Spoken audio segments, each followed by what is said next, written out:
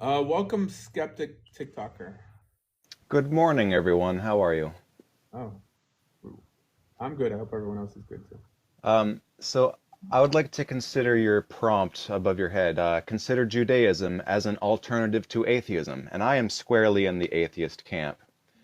The reason I would not consider Judaism is because I can read the book of Leviticus and be horrified.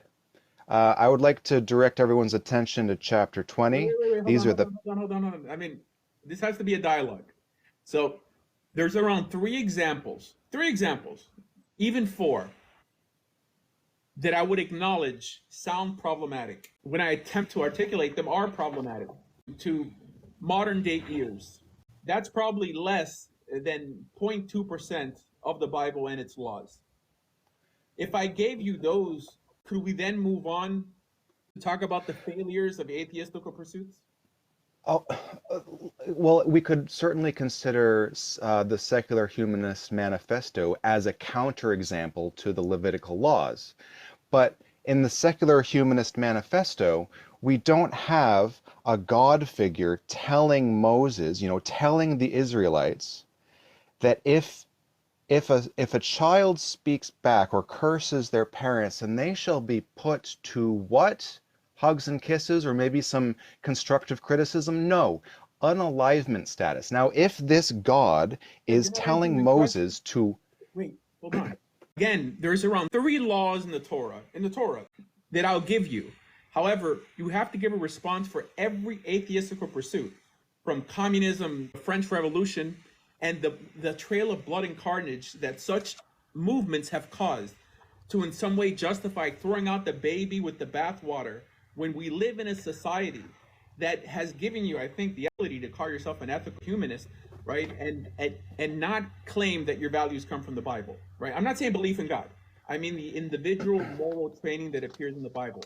Because in life, the choice is typically not between what's horrific and what's utopian. And I'm sure you know this. It's between what's good and what's better. So it just seems, right, that the average atheist doesn't give religiosity, or at least the Torah, the benefit of the doubt. I'm the first one to acknowledge there's some portions in the Torah, right, in the first five books of the Jewish Bible, that I'm not able to articulate in an ethical fashion to modern ears. And I wish they were worded differently. I don't know why we get stuck on these three. We have to give a response, true, to these three statements, but I think atheists have to give a response to everything else, and they can't.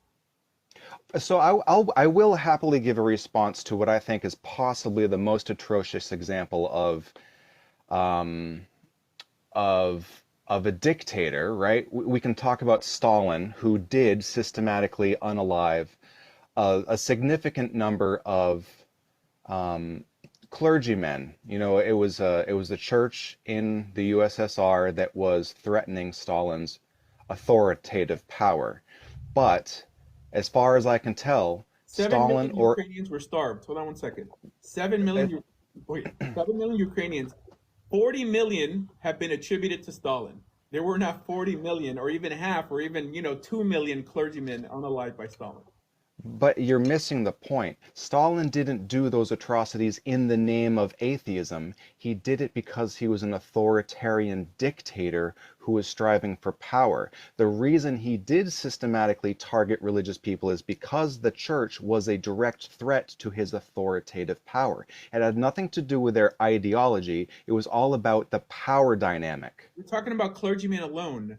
How about the mass that were starved, that were sent to Siberia just for political reasons? It seems that those who try to advance atheistical pursuits are so intolerant, right? I mean, look at us nowadays. By the simple fact that we have to use words like unalive, because you give a small segment of the society, of the atheistical society, a little bit of power, and they become tyrannical. And that's the alternative to religion. I'm not saying religion is perfect. However, I would rather live in a society entrenched in biblical values than one that tries to reinvent the wheel ethically and end up leaving a trail of blood and carnage. Again, I think you're shifting the you're you're attacking a straw man. There is no religious text for atheists. That's counterintuitive, right? Atheists are not an organized group. We do not have dogma or a religious text, right? But you as a as a Jew, a practicing Jew, you do have a religious text that does clearly say, if a child blasphemes their parents, then that child shall be put to death. Well, it's a Now, responsibility. Again, you're getting stuck on these three verses, but I'll just tell you one the so far. actual understanding of that verse is that the parent has not the obligation, but the ability to take the wayward child who gets drunk and blasphemes to the authorities, and the authorities will unalive that child. But the bigger question is, what parent would ever do that, right? I'm just trying to give a subtle response to something that I wish was worded differently. But the idea that atheists are not united on a single idea, even though you don't have a book called Atheism, I would say that Das Kapital or Communist Manifesto or many books that united atheistical movements to do what's wrong. As a matter of fact, I would say atheists are more united on issues today than any religious person is. If you tell me that you believe that men can menstruate, I could almost guarantee that you're pro-choice and you're pro-Gaza, right? And on and on and on. Try to put religious people in the same box. You could in certain segments, but not as much as atheistical individuals are united. A person who is atheist is simply someone that does not believe in a god or gods. And we can see atheists that are pro-life and anti-life, or pro-choice and anti-choice, or whatever. Like, It's rare. If you were to just gather up all of the people that do identify as atheist, now maybe we do skew more towards secular humanitarianism. However, there's no governing body of atheists, unlike governing bodies of the synagogues or churches or mosques, right? We're talking about a fundamentally different thing. And you're creating a straw man. You're saying, look at all the horrible thing that atheists did in the name of atheism, but you haven't, but you're missing the point. There's no dogmatic commandments in atheism. There's no dogmatic commandment to do that either, because Jews don't do that, right? Chapter 20, verse 9 in Leviticus. You're saying that Jews view this as an obligation, but have you ever met a Jew who said that we have an obligation to do this? No, of course not. Then why would, then why?